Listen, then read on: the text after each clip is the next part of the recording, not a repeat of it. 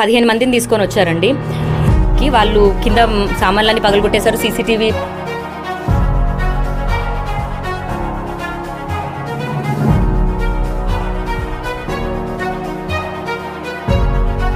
ఇల్లు బాగా కావాలి. ఏం కావాలి? నువ్వేం ఎక్స్పెక్ట్ చేస్తున్నావు అని ఒకటి చెప్పు. నేనేం చేసిన లైఫ్ లో నేను నా ఇంట్లో చెప్పేసుకున్నాను. నా లైఫ్ లో ఈ అబ్బాయి మాత్రం మన ఇంట్లో ఫ్యామిలీ మెంబర్ నన్ను ట్రావెల్ అవుతాడు అని.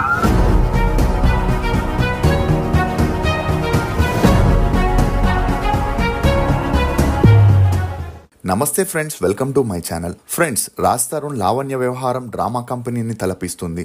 అంతా అయిపోయింది, నా రాజు మంచోడు, క్షమించమని కాళ్ళు పట్టుకుంటానని లావణ్య గతంలో మీడియా ముందుకు వచ్చి స్టేట్మెంట్ ఇవ్వడంతో వీరి ఎపిసోడ్కి ఫుల్ స్టాప్ పడిందని అందరూ అనుకున్నారు. కానీ ఉన్నట్టుండి బుధవారం మరోసారి ఈ వివాదం చెలరేగింది. లావణ్య ప్రస్తుతం ఉంటున్న కోకాపేటలోని ఇంటికి వచ్చిన రాజ్ తరుణ్ తల్లిదండ్రులు ఆ ఇంటిని ఖాళీ చేయమని లావణ్యకి చెప్పడంతో అందుకు లావణ్య తను రాజ్ తరుణ్ సహజీవనం చేసేటప్పటి నుండే ఆ ఇంట్లో ఉంటుందని, ఆ ఇల్లుని ఖాళీ చేసే ప్రసక్తే లేదని, ఆ ఇంటిపై రాజ్ తరుణ్కి ఎంత హక్కు ఉందో తనకి కూడా అంతే హక్కు ఉందని, తను ఎక్కడికి వెళ్ళనని రాజ్ తరుణ్ పేరెంట్స్తో గొడవకి దిగి వారిని ఇంట్లో నుండి బయటికి గంటేయడంతో ఈ వ్యవహారం మరోసారి రచ్చకెక్కింది. అలా అర్ధరాత్రి వరకు రాజ్ తరుణ్ ఇంటి వద్ద హైడ్రామా కొనసాగగా తెల్లవారుజాము వరకు రాజ్ తరుణ్ తల్లిదండ్రులు బయటే కూర్చున్నారు.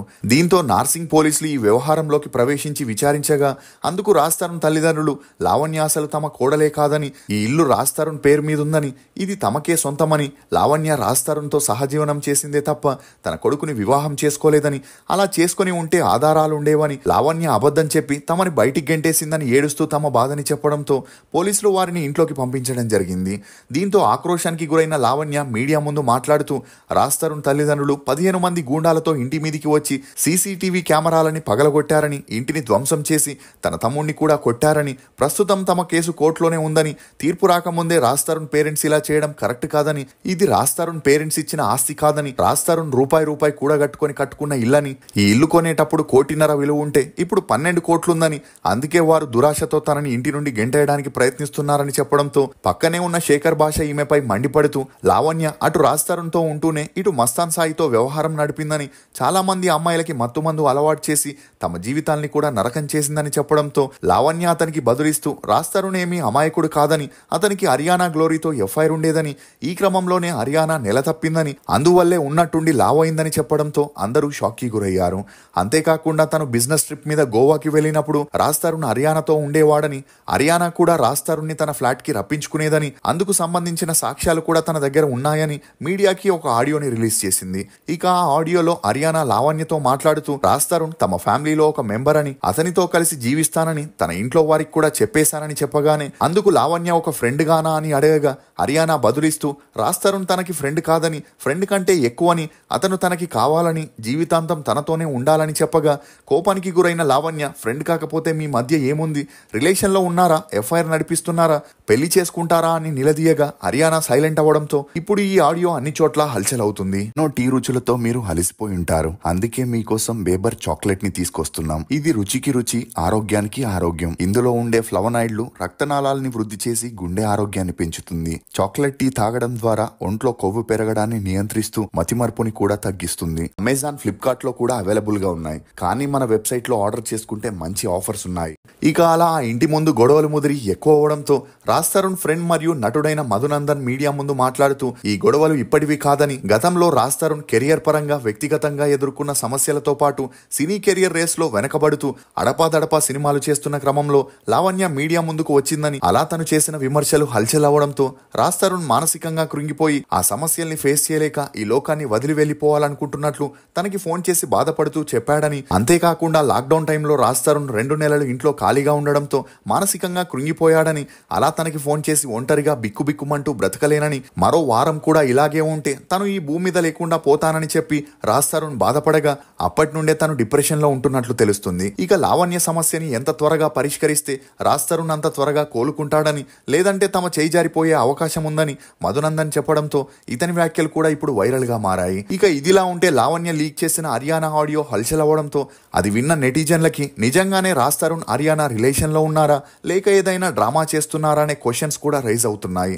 ఇక మనం హరియానా గురించి తెలుసుకుంటే ఈ కథ మీకు పూర్తిగా అర్థమవుతుంది. అర్చనా గ్లోరీ అలియాస్ హరియానా.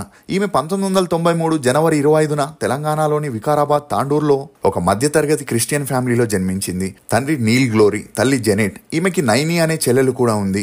ఇక ఈమె తండ్రి ఒక ప్రైవేట్ కంపెనీలో జాబ్ చేస్తూ ఫ్యామిలీని పోషిస్తే తల్లి హౌస్ వైఫ్ గా ఉండేది. కానీ ఈమె తండ్రికి తాను జాబ్ చేసే ప్లేస్ లో ఒక మహిళతో ఏర్పడిన అనైతిక సంబంధం కారణంగా ఇంట్లో తరచూ గొడవలు జరగడంతో ఈ గొడవలతో విసుగు చెందిన నీల్ గ్లోరీ హరియానా 5 ఏళ్ల వయసులో ఉన్నప్పుడు భార్య పిల్లల్ని వదిలేసి పారిపోయాడు. దీంతో ఇంటి బాధ్యతలన్నీ తల్లి మీదే పడగా జెనెట్ గారు తనకి తెలిసిన వారి ద్వారా ఒక ప్రైవేట్ కంపెనీలో జాబ్ ని సంపాదించి కుటుంబ బాధ్యతలన్నీ తనే తీసుకుంది. ఇక హరియానా తన స్కూలింగ్ ని సెయింట్ మేరీ హై స్కూల్లో చదివింది. చదువుల్లో ఈమె చురుగ్గా ఉన్నప్పటికీ తన తల్లి ఇద్దరు కూతుర్లని పోషించేందుకు పడే కష్టాన్ని చూసిన హరియానా సినిమాల్లోకి వెళ్లి బాగా డబ్బు సంపాదించి తల్లిని చెల్లిని బాగా చూసుకోవాలనుకుంది. కానీ ఈ విషయం ఇంట్లో చెప్తే వారు ఒప్పుకోరు కాబట్టి చదువుకునే వంకతో హైదరాబాద్కి వెళ్లి ఉస్మానియా యూనివర్సిటీలో జాయిన్ అయింది. ఇక అలా ఒకవైపు చదువుకుంటూనే మరోవైపు సినిమాల్లో ట్రై చేయగా ఎంత ట్రై చేసినా సినిమాల్లో ఉన్న టర్మ్స్ అండ్ కండిషన్స్ వల్ల హరియానాకి చిన్న పాత్ర కూడా రాకపోవడంతో ఏం చేయాలో తెలియని పరిస్థితుల్లో పడింది. ఇక అలా కాలేజ్ కల్చరల్ ప్రోగ్రామ్స్ లో హరియానా యాంకరింగ్ చేస్తూ తన మాటలతో అందరినీ ఆకట్టుకోవడంతో తన ఫ్రెండ్స్ అందరూ నువ్వు యాంకర్ అయితే మంచి లైఫ్ ఉంటుందని ఎంకరేజ్ చేయడంతో హరియానాకి యాంకరింగ్ పై ఇంట్రెస్ట్ పెరిగింది. దీంతో తన డిగ్రీని డిస్కంటిన్యూ చేసి యాంకర్ గా ట్రై చేయగా స్టూడియో 1 అనే ఛానల్లో హరియానా యాంకర్ గా తన కెరియర్ ని స్టార్ట్ చేసింది. అలా ఒకవైపు యాంకర్ గా చేస్తూనే మరోవైపు వేరే ఛానల్స్ కి కూడా ఆడిషన్ కి వెళ్తుండేది. అలా ఈటీవీలో ప్రసారమయ్యే అభిరుచి ప్రోగ్రామ్ లో ఈమెకి ఛాన్స్ రావడంతో ఈ విషయం తన తల్లికి తెలిసిన కూతురు ఆర్థికంగా ఇంటికి సపోర్ట్ చేయడంతో ఏమీ మాట్లాడకుండా ఉండేది.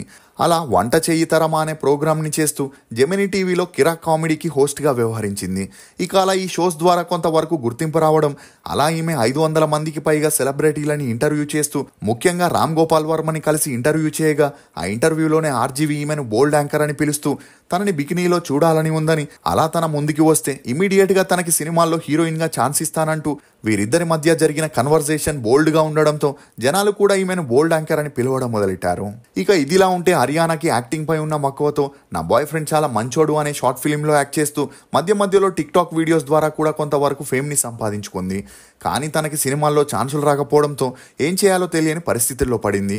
ఈ క్రమంలోనే ఈమెను బిగ్ బాస్ సీజన్ 4కి అప్రోచ్ అవ్వగా ఆ షోకి వెళితే ఇండస్ట్రీ వారి కంట్లో పడతానని, దీంతో తనకి ఈజీగా ఛాన్సులు వస్తాయని అందుకు ఒప్పుకుంది. అలా బోల్డ్ యాంకర్ గా హౌస్ లోకి ఎంట్రీ ఇచ్చిన హరియానా డే 1 నుండే జనాదరణ పొందుతూ ఫైనల్ వరకు రీచ్ అయింది. అలా థర్డ్ రన్నర్ అప్ గా బయటికి వచ్చిన హరియానాకి రాజ్ తరుణ్ తను నటించిన అనుభవించు రాజా మూవీలో ఛాన్స్ ఇచ్చాడు. ఇక లేడీస్ మ్యాన్ అయిన రాజ్ తరుణ్ కి హరియానాతో మంచి పరిచయం పెరిగి ఆ పరిచయం కాస్త నిదానంగా సన్నిహిత్యంగా మారి వీరిద్దరూ ప్రేమలో పడ్డారు. ఇక అలా సీక్రెట్ గా తమ రిలేషన్ ని మెయింటైన్ చేస్తూ హరియానా ఆవకాయ ఆనిముత్యం అనే సిరీస్ లో నటిస్తూ ఆ ఒక్కటి అడక్కు, షణ్ముఖ్ అని బ్యాక్ టు బ్యాక్ సినిమాల్ని చేసిన ఆ మూవీస్ వల్ల ఈమె కెరియర్ కి ఎటువంటి ప్రయోజనం కలగలేదు. కానీ ఈ ఫేమ్ తోనే తనకి ఫారెన్ ఈవెంట్స్ కు వెళ్లే అవకాశం వచ్చింది. అలా అక్కడే బికినీ డ్రెస్లు వేసుకొని ఆ పిక్స్ ని పోస్ట్ చేయడంతో కొద్ది రోజుల్లోనే హరియానా ఆర్థికంగా బలపడింది. ఈ క్రమంలోనే రాజ్ తరుణ్ హరియానా తరచూ పార్టీస్ ఫంక్షన్స్ అని కలిసి వెళ్ళగా వీరిద్దరూ ప్రేమలో ఉన్నారని, త్వరలోనే పెళ్లి కూడా చేసుకోబోతున్నారనే వార్తలు మీడియాలోకి రావడంతో ఈ వార్తలపై స్పందించిన వీరిద్దరూ తాము జస్ట్ ఫ్రెండ్సేనని, తామిద్దరి మధ్య అలాంటిదేమీ లేదని చెప్పినా రీసెంట్ గా లావణ్య రిలీజ్ చేసిన ఆడియోతో వీరిద్దరూ సీరియస్ రిలేషన్ లో ఉన్నట్లు తెలుస్తుంది.